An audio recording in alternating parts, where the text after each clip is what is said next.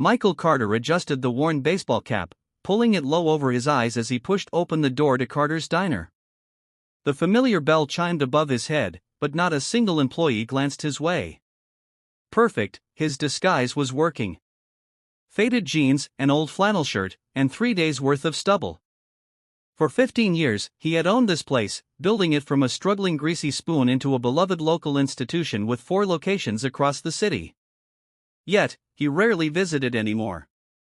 Too busy with expansion plans and investor meetings. Something had been nagging at him lately, though. Customer reviews remained stellar, but employee turnover had increased, and profits at this flagship location had mysteriously dipped despite steady customer traffic.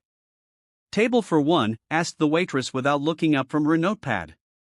"Counter's fine," Michael replied deliberately, roughening his voice. He settled onto a stool at the far end of the counter, where he could observe the entire operation. The lunch rush was in full swing, waitresses hurrying between tables, line cooks shouting orders, the cash register chiming steadily. Everything looked normal on the surface, yet something felt off.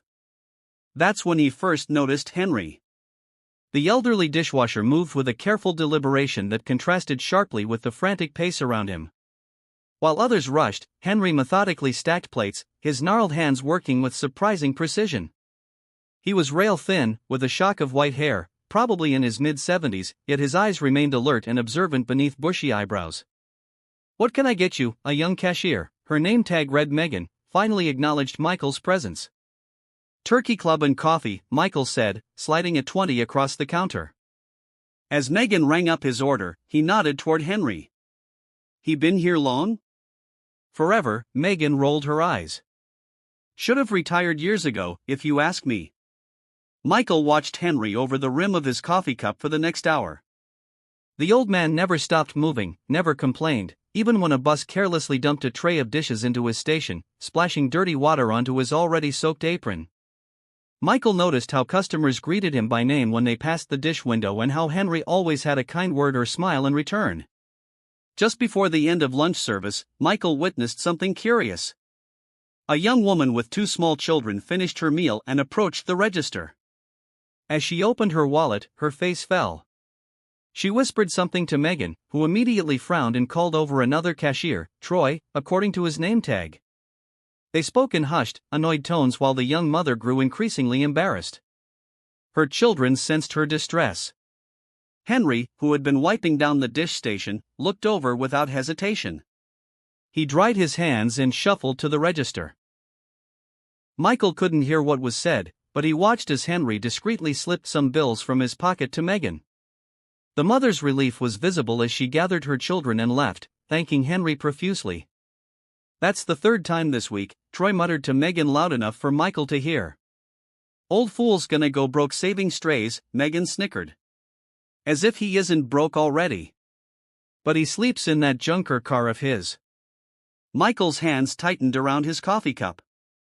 The manager on duty, a harried-looking woman named Patricia, whom Michael vaguely remembered hiring 2 years ago, walked past without noticing the exchange.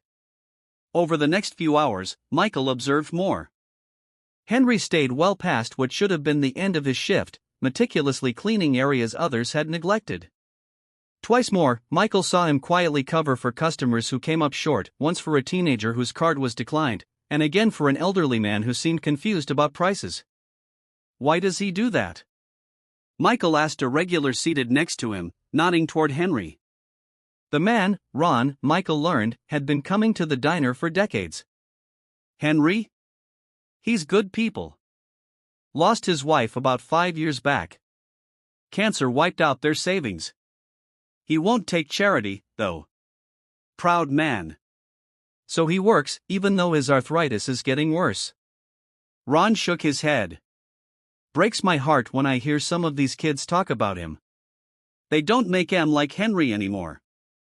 As the afternoon stretched on, Michael noticed Henry wincing when he thought no one was looking, rubbing his lower back when he had to bend. Yet, he never complained, never slowed down. When a young waitress dropped a full tray, it was Henry who quickly appeared with a mop, waving away her apologies. Don't worry about it, sweetheart, Henry told her kindly. Accidents happen. Troy, passing by, muttered under his breath. Yeah, especially around useless old men who should be in a nursing home. The waitress looked uncomfortable but said nothing as Troy walked away laughing. At 5 o'clock, the dinner shift employees began arriving. Henry should have clocked out hours ago, but Michael watched him start cleaning the grease traps, a filthy job normally assigned to the night crew. "Henry, go home," Patricia called out as she prepared to end her shift. "Night crew can handle that." "Just finishing up," Henry replied. "Jake sees and sick again. Don't mind staying a bit." Patricia sighed but didn't argue. Michael had the distinct impression this was a regular occurrence. As Michael nursed his third cup of coffee, he observed Troy and Megan huddled at the end of the counter, whispering and occasionally glancing toward Henry. Their body language set off alarm bells in Michael's mind. The furtive looks, the smirks, the calculated way they kept checking to see if anyone was listening. Suddenly, Megan approached the register, frowned, and called Troy over. They made a show of counting the drawer, looking increasingly concerned. Then Troy loudly announced, "We're short again." "How much?" Patricia, who was gathering her things to leave, looked up sharply. $42, Megan said, her voice carrying enough to draw attention from nearby tables. "Same as last Tuesday and Thursday," Troy added. Michael watched Henry straighten up from his work, a flicker of concern crossing his weathered face. With a groan, Michael realized he was witnessing the beginning of something ugly. The elderly man, who had spent the day silently helping others, now stood alone at his station, unaware that he was being watched not just by Michael, but by the plotting eyes of two employees who had decided he was expendable. Michael Carter had come to his diner today looking for business insights. Instead, he'd found something far more valuable and far more disturbing. And as he studied Henry's dignified profile against the harsh kitchen lights, he made a silent promise: he would learn the full truth about what was happening in his diner, no matter how painful that truth might be. Michael returned to Carter's diner the following day, arriving during the mid-afternoon lull. He chose a booth near the counter where he could observe without drawing attention, maintaining his disguise of worn clothes and a low-pulled cap. Henry was already working, moving slightly slower than yesterday. Michael noticed him discreetly rubbing his wrist when he thought no one was watching.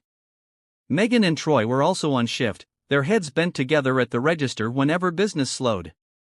Michael ordered coffee and pie, then used a newspaper as cover while he listened to their conversation. The diner had emptied, except for a few regulars and a businessman on his laptop. Troy leaned against the counter near Megan's register, speaking in a low voice that still carried to Michael's booth. "So anyway, I checked, and old man Henry's been here for 7 years, Troy said, smirking. "Can you believe that? 7 years washing dishes. Pathetic." Megan snorted. "What's pathetic is how he keeps covering for these deadbeats who can't pay their bills, like that single mom yesterday." "Come on," Troy responded. "Yeah, playing the hero with what, his social security pennies?" He laughed. "Guy probably lives off cat food to save money." "I bet he lives in his car," Megan said, lowering her voice further. "Have you seen that rusty Buick he drives? Probably sleeps in the back seat." Troy snickered. "Now, my money's on a cardboard box behind the Walmart." "Either way," Megan continued, "he's becoming a problem." Patricia's starting to notice the register discrepancies. Their voices dropped even lower, and Michael strained to hear. "So here's what I'm thinking," Troy said, checking to ensure no one was listening. "We know Henry's been slipping money into the register when customers come up short, but Patricia doesn't know that. All she sees is that the numbers don't add up. Megan, if we just help those numbers not add up a little more."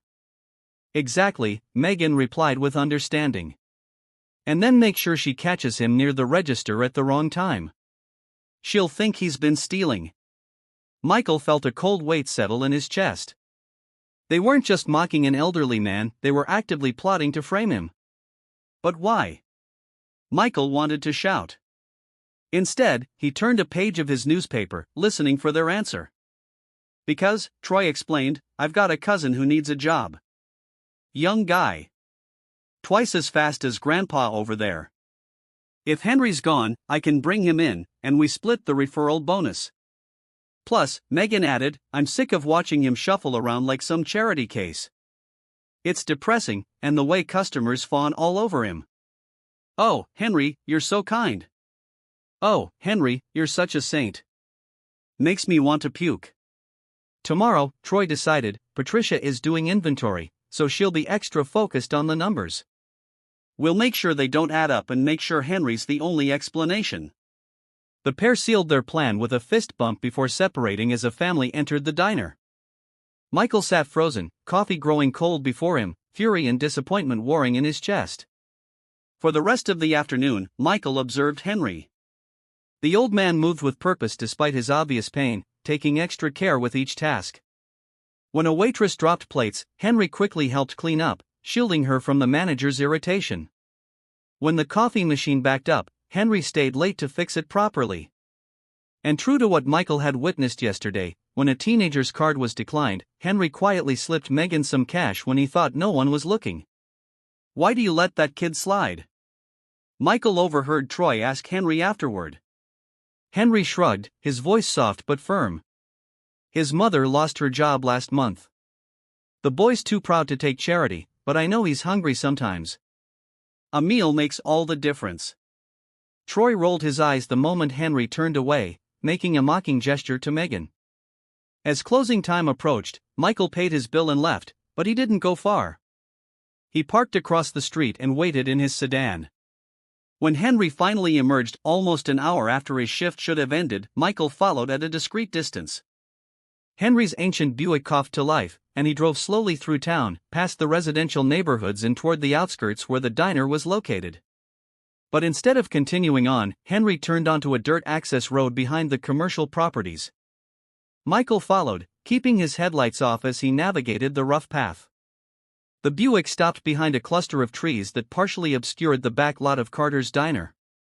There, nearly invisible from the main road, sat a small dilapidated trailer that had seen better days decades ago. Henry parked and slowly made his way up 3 wooden steps that looked ready to collapse. The door stuck, requiring his shoulder to push it open. A single light bulb flickered on inside, illuminating a space so small, Michael could barely fathom how anyone lived there. Sitting in the darkness, Michael felt shame wash over him. How had he never known? How had he failed to ensure his employees could afford decent housing? Michael later approached some regular customers, maintaining his disguise. "That dishwasher, Henry, what's his story?" he asked an elderly couple. "Lost his Martha 5 years ago to cancer," the woman replied softly.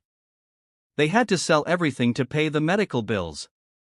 He still sends money to the hospital every month." "Does he have family?" Michael asked. "A daughter in Seattle," she replied. "She wants him to move in with her, but he won't. Says he won't be a burden. Proud man. Too proud, if you ask me." As Michael drove home, he knew he couldn't stand by while Troy and Megan destroyed a good man for their petty gain. By morning, he would have a plan to reveal the truth and ensure justice was served at Carter's Diner. Sleep eluded Michael that night. Every time he closed his eyes, he saw Henry's stooped figure climbing those rickety steps to a home barely bigger than Michael's walk-in closet. The contrast between his own life of comfort and Henry's daily struggle was stark and impossible to ignore. By dawn, Michael had made numerous phone calls, setting several plans in motion. He arrived at Carter's Diner an hour before opening, watching as employees filtered in. Henry was among the first to arrive, his ancient Buick wheezing into the back lot. Despite what must have been a poor night's sleep in that cramped trailer, the old man moved with purpose, pausing only once to rub his lower back before disappearing inside. Instead of following immediately, Michael drove to a nearby coffee shop, where he'd arranged to meet Ron, the regular customer who'd spoken kindly about Henry before. "Thanks for meeting me," Michael said, maintaining his disguise. "I can't stop thinking about Henry's situation." Ron stirred his coffee slowly. "I've known Henry for almost 6 years now. Started coming to the diner right after his wife passed. Martha was his whole world. High school sweethearts, married 52 years. The cancer took everything." Michael asked quietly, "Did it help?" 8 months, Ron replied, his voice rough with emotion. "Henry says those were the most precious months of his life, even though they were the hardest. After she passed, the bills kept coming.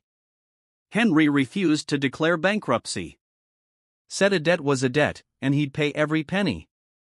So he took the dishwashing job. Michael filled in. The only place that would hire a 70-year-old with arthritis and no experience in the food industry. Ron nodded. Works harder than men half his age. And the trailer? Best he could afford while still making his monthly payments to the hospital and sending something to his daughter.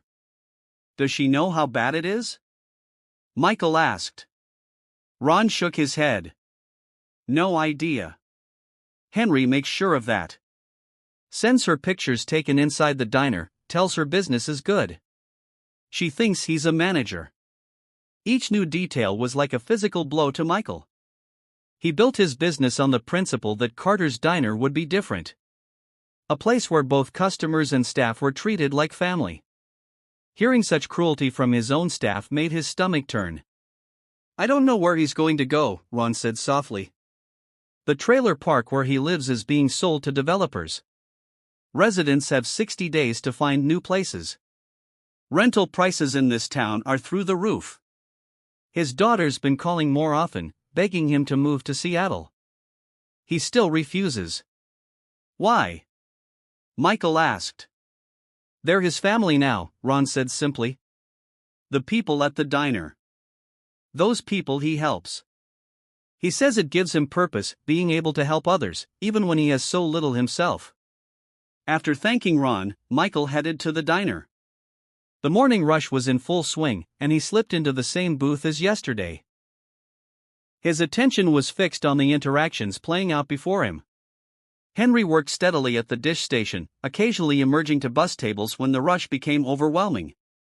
Despite what must have been constant pain, his only concession to age was a slightly slower pace than the younger staff. Megan and Troy, meanwhile, were putting their plan into motion. Michael watched as Troy deliberately miscounted change for several customers, pocketing small amounts each time. Megan accidentally voided legitimate transactions, creating discrepancies in the register totals. Each time they exchanged knowing looks, occasionally glancing toward Henry with smirks that made Michael's blood boil. Around 11 a.m., a young mother with 3 small children came in, the same woman Henry had helped 2 days ago. As she approached the register to pay, Michael noticed her counting out change carefully, coming up short once again. Her face flushed with embarrassment. "I'm sorry," she said quietly to Megan. "I thought I had enough. Can I leave the tip to cover the difference?" Megan's smile was saccharine. "Oh, that's not necessary. I'm sure our dishwasher will cover it again." "Henry," she called out loudly, drawing unwanted attention. "Customer needs your charity fund." The restaurant grew uncomfortably quiet. The young mother's face burned with humiliation as her children looked up in confusion. Henry emerged from the kitchen quickly, assessing the situation without hesitation or comment on Megan's cruelty. He reached into his pocket and handed the young woman enough to cover her shortfall. "Thank you," she whispered, her eyes downcast. "I promise I'll pay you back next week when my check comes." "No rush," Henry said kindly. "The kids are enjoying their summer break, just like you." Just like that, he transformed an awkward moment into a friendly exchange, asking about her children's activities and congratulating her on her recent job interview. By the time Amy left, her dignity was restored. As Henry returned to his station, Michael heard Troy mutter to Megan, "Perfect. That's another $15 to add to our total. Patricia's going to flip when she sees how much is missing." Michael had seen enough. He slipped outside and made a phone call, setting the final piece of his plan in place. By the time he returned, Patricia had emerged from the office with a concerned expression, calculator in hand. "The numbers aren't adding up," she announced. "We're short almost $100 this week alone." Troy immediately stepped forward. "You know, I've noticed some weird activity around the registers lately. Maybe we should check the security cameras?" Patricia frowned. "They've been broken for months. The owner won't approve the budget for new ones." This information was news to Michael, who made a mental note to have a serious conversation with his regional manager. "Well," Megan chimed in, "I did see someone hanging around the registers yesterday when I went on break." someone who doesn't usually handle cash. Her meaningful glance toward the dishroom left no doubt who she was implying. Patricia's frown deepened. Are you suggesting Henry is stealing? That doesn't sound like him at all, Michael muttered under his breath. Troy shrugged with calculated casualness. I'm just saying, maybe check the cameras. Oh wait, they're broken. Convenient, huh? This is serious, Patricia said, clearly distressed. If someone's stealing, I need to know right now. The owner's been asking questions about the numbers not adding up. Maybe do a surprise cash count? Megan suggested, right now, before anyone has a chance to adjust anything.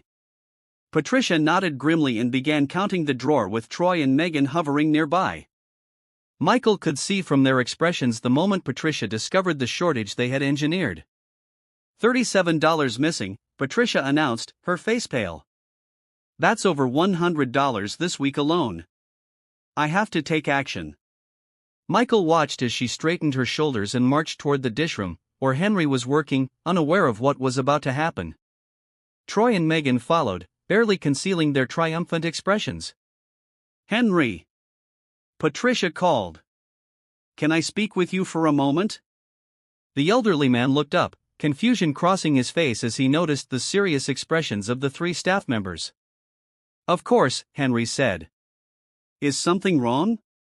I need to ask you directly, Patricia said, her voice strained. The register has been coming up short all week. Today alone, we're missing nearly $40, and it happened right after you were seen near the cash drawer. Henry's face registered shock, followed by deep hurt. You think I'm stealing? We've seen you at the register multiple times when you have no reason to be there, Troy added, his voice dripping with false regret. And the money always goes missing right after I was helping customers who couldn't pay their full bills. Henry explained, looking bewildered. I was putting money in, not taking it out. Megan scoffed. On a dishwasher's salary? How convenient. Henry's weathered hands trembled slightly as the implications became clear. He would never steal. Not from anyone, and certainly not from this diner. This place has been my lifeline these past years. Patricia looked torn. Henry, I've always trusted you, but the numbers don't lie. And with multiple witnesses saying they've seen you accessing the register inappropriately. Multiple witnesses? Henry looked around in confusion. Megan and Troy both reported seeing you, Patricia explained. Understanding dawned on Henry's face, followed by a profound sadness that made Michael's chest tighten. The old man didn't defend himself further. He didn't accuse his co-workers of lying. He simply stood there, dignity intact despite the humiliation being heaped upon him. I see, Henry said quietly. I suppose you'll be wanting my resignation. I'm afraid I have to let you go immediately, Patricia said, regret in her voice. Company policy for theft is clear. A hush fell over the diner. Customers and staff alike had stopped to watch the confrontation, many with expressions of disbelief. That Henry could be accused of such a thing. Troy stepped forward. I'll escort him to get his things, he offered, barely hiding his satisfaction. That won't be necessary, came a new voice. Michael stood up from his booth, but he no longer slouched or affected a rougher manner of speaking. He straightened to his full height, removed the baseball cap, and walked toward the group with the confident stride of someone used to being in charge. Patricia's eyes widened in recognition. Mr. Carter, I had no idea you were. Clearly, Michael interrupted, his voice carrying throughout the now silent diner. There seems to be a situation here that requires the owner's immediate attention. The silence in Carter's diner was absolute as Michael made his way toward the dishroom. Silverware froze midair, conversations halted mid-sentence, and even the kitchen's usual clamor fell quiet. Every eye followed the diner's owner as he approached the group around Henry. Mr. Carter, Patricia managed, her complexion ashen. If I'd known you were coming for an inspection. This isn't an inspection, Michael stated, his voice carrying effortlessly through the hushed restaurant. I've been here every day this week, observing my business from a customer's perspective. His gaze swept across the staff before settling coldly on Troy and Megan. And what I've witnessed has been illuminating. Troy forced a nervous laugh. Sir, we were just following protocol for theft incidents, as I was telling. Enough, Michael said, his quiet tone somehow more commanding than a shout. Troy's mouth snapped shut instantly. Henry stood, bewildered by his dishwashing station, dripping hands still clutching a dish towel. His eyes moved between Michael and the others as he tried to process this unexpected development. Michael turned to address the entire diner. For those who don't recognize me, I'm Michael Carter. I founded this chain 15 years ago with a simple vision: treat customers like family and employees with respect. Somewhere along the way, that vision was compromised. He reached into his jacket pocket and removed a small device. Patricia mentioned broken security cameras. Interesting, since I personally authorized new ones 2 days ago. Hidden ones with audio capability. Patricia's eyes widened in shock. But I never received notification about. I'm aware, Michael interrupted. There are several communication breakdowns we'll address later. For now, I'd like everyone to see exactly what's been happening in my diner. With practiced ease, Michael connected the device to the television mounted in the corner. The screen flickered to life, showing crystal clear footage from yesterday. There was Troy, clearly pocketing small bills from the register while telling a customer their total was higher than it should be. Next came Megan, voiding legitimate transactions after customers left. Then both of them huddled at the counter's end, plotting in what they thought were whispers, but which came through the enhanced audio with perfect clarity. If we frame Henry for stealing, Megan said on the recording, Patricia will have to fire him. Then I can bring in my cousin, Troy added. We split the referral bonus, and no more pathetic old man bringing everyone down. Gasps rippled through the diner. Several regular customers stood up, their faces contorted with anger. Patricia's hand flew to her mouth in horror. There's more, Michael said grimly, advancing the footage. The screen now showed Henry quietly slipping money into the register after helping customers who couldn't pay. It showed him staying hours after his shift ended, meticulously cleaning areas others neglected. It showed him defending younger staff from customer complaints, taking blame for mistakes he hadn't made. Michael paused the footage on a frame of Troy and Megan deliberately creating the cash shortage they just accused Henry of. This morning's evidence was manufactured, Michael announced, his voice tight with controlled fury. The only theft occurring in this diner has been perpetrated by the very people making accusations. Troy's face had drained of color. Mr. Carter, there's been a misunderstanding, he said weakly. A misunderstanding? Michael repeated, his voice dangerously soft. Is that what you call deliberately framing a dedicated employee, stealing from the register, mocking a man who's endured more hardship than you can imagine, but still shows more compassion than you've ever demonstrated? Megan began to cry, mascara tracking down her cheeks. Please, we didn't mean. You didn't mean to get caught, Michael finished for her. That's the only thing you regret. He turned to Patricia. Did you know Henry lives in a dilapidated trailer behind this diner because he's still paying off his late wife's medical bills? Did you know he skips meals so he can help customers who can't afford to pay? Did you know he's been working through excruciating arthritis pain because he refuses to be a burden on anyone? Patricia shook her head, tears welling in her eyes. Of course not. Michael continued. Because the management structure I created failed him. I failed him. He turned to the rest of his staff and the customers. Henry Lawson embodies everything Carter's Diner was meant to stand for: compassion, dignity, and service. Instead of honoring that, we allowed him to be humiliated by two individuals whose only concern was their own gain. Troy made a desperate lunge for the door, but two burly regulars moved to block his path. You can't leave yet, Michael said. The police will want to speak with both of you about the theft captured on video. Megan collapsed into sobs as Troy's face contorted with rage. You can't do this. We have rights. Yes, you do, Michael agreed coldly. You have the right to remain silent. I suggest you exercise it. Two police officers entered the diner. Michael had called them earlier, showing them the footage before opening hours. As Troy and Megan were escorted out, their names and actions announced to everyone present, Michael turned to Henry, who stood quietly observing the scene with dignified composure. "Henry," Michael said, his voice softening. "I owe you an apology. Not just for today, but for failing to ensure you were treated with the respect you deserve. I hope you'll allow me to make amends." Henry looked up at him with clear eyes that held no bitterness. "No apology needed, Mr. Carter." "You didn't know," Michael replied, "that's no excuse. But I promise you this, everyone will know now. Everyone will know exactly what kind of man Henry Lawson is." The diner erupted in applause. Customers stood to show their support for the elderly dishwasher who had touched so many lives with small kindnesses they'd never forgotten. As the police car carrying Troy and Megan pulled away, their former co-workers watched in silence, a powerful lesson unfolding before their eyes, that character, not position, determines a person's true worth. The morning after the dramatic confrontation, Carter's Diner opened as usual, but the atmosphere had transformed completely. Word had spread throughout the small town about the owner's undercover visit and the shocking exposure of Troy and Megan's scheme.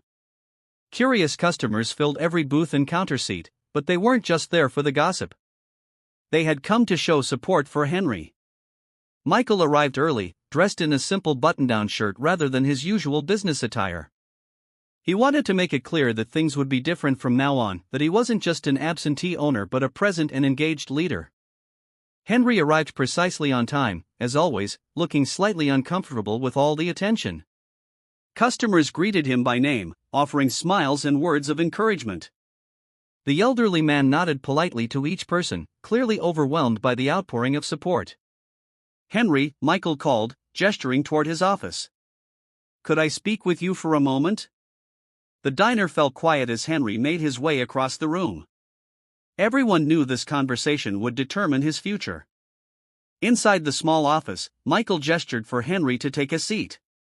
"I spent last night thinking about everything I've learned this week," he began. "About your situation, your character, and most importantly, about how my own business has strayed from its founding principles." Henry sat with quiet dignity, his weathered hands folded in his lap. "Mr. Carter, I want you to know I've always been grateful for this job," Henry said. "It came at a time when no one else would hire me." "That's what I want to talk about," Michael said, leaning forward. "You've been working as a dishwasher for 7 years, often doing the work of 2 people, staying late without complaint, and showing more dedication than employees half your age." He slid a folder across the desk. "This isn't just a thank you, Henry. It's an acknowledgement of your value to this company." Henry opened the folder, his eyes widening as he read the contents. "I don't understand." "It's simple," Michael explained. "Effective immediately, you're being promoted to floor manager. The position comes with a substantial salary increase, full benefits, and more reasonable hours. The physical demands will be less taxing on your health." Henry stared at the papers in disbelief. "But I don't have management experience." Michael smiled warmly. "You have something far more valuable: integrity and compassion. You understand what Carter's Diner should be about better than anyone. The technical aspects can be learned." Before Henry could respond, Michael pushed a second folder forward. "There's something else. I took the liberty of speaking with your daughter in Seattle last night." Henry looked up sharply. "You called Sarah?" "She doesn't know about my situation," Henry said quickly. "She knows everything now," Michael said gently. "About the trailer, the medical bills, all of it. She was heartbroken that you've been struggling alone all these years." Tears welled in Henry's eyes. "I never wanted to burden her." "She said you'd say that," Michael replied with a smile. "She also said to tell you that love isn't a burden. It's a privilege." He tapped the second folder. "Inside, you'll find the deed to a small house 3 blocks from here. It's nothing fancy, but it's comfortable. Close to work, and most importantly, it's yours. No rent, no mortgage. Consider it 7 years of overdue bonuses." Henry's hands trembled as he opened the folder and saw the deed with his name on it. "Mr. Carter, I can't accept this. It's too much." It's not enough, Michael countered firmly. I also made arrangements with the hospital. Your wife's remaining medical bills have been paid in full. At this, Henry's composure finally broke. Tears streamed down his lined face as years of struggle and quiet dignity gave way to overwhelming gratitude. Why would you do this for me? Michael's own eyes misted over. Because you reminded me of something I'd forgotten, that a business isn't just about profit margins and expansion. It's about people. Every day, you've been living the values I only talked about. He stood and extended his hand. So thank you, Henry. Not just for your years of service, but for showing me how to be better as a business owner and as a human being.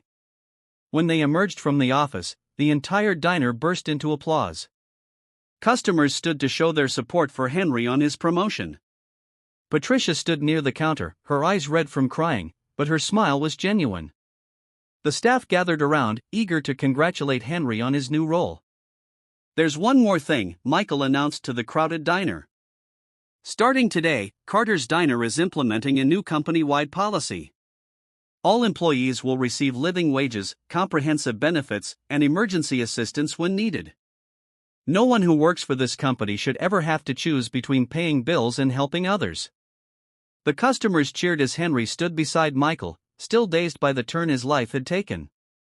Amy, the young mother Henry had helped multiple times, stepped forward with her children. We started a collection for you, Henry, she said, holding out an envelope. It's not much, but... Michael raised his hand. Every penny of Henry's expenses is covered, he assured her. But I have a better idea for those funds. He smiled warmly. Let's use them to start the Henry Lawson Community Fund. A fund to help others facing medical bills or hard times. Henry looked around at the faces of people he'd served quietly for years, customers whose names he knew, whose children he'd watched grow, whose struggles he'd eased in small ways whenever he could. Their smiles reflected the impact of his quiet kindness. In the weeks that followed, Henry settled into both his new home and his new position. Though he no longer needed to work, he stayed on, not from necessity, but from choice. The diner had become more than a workplace, it was his community, his purpose, his family. And every day, when Henry walked through the doors of Carter's Diner, he was greeted not as the struggling dishwasher living in a rundown trailer, but as the man whose compassion had transformed not just his own life, but an entire business.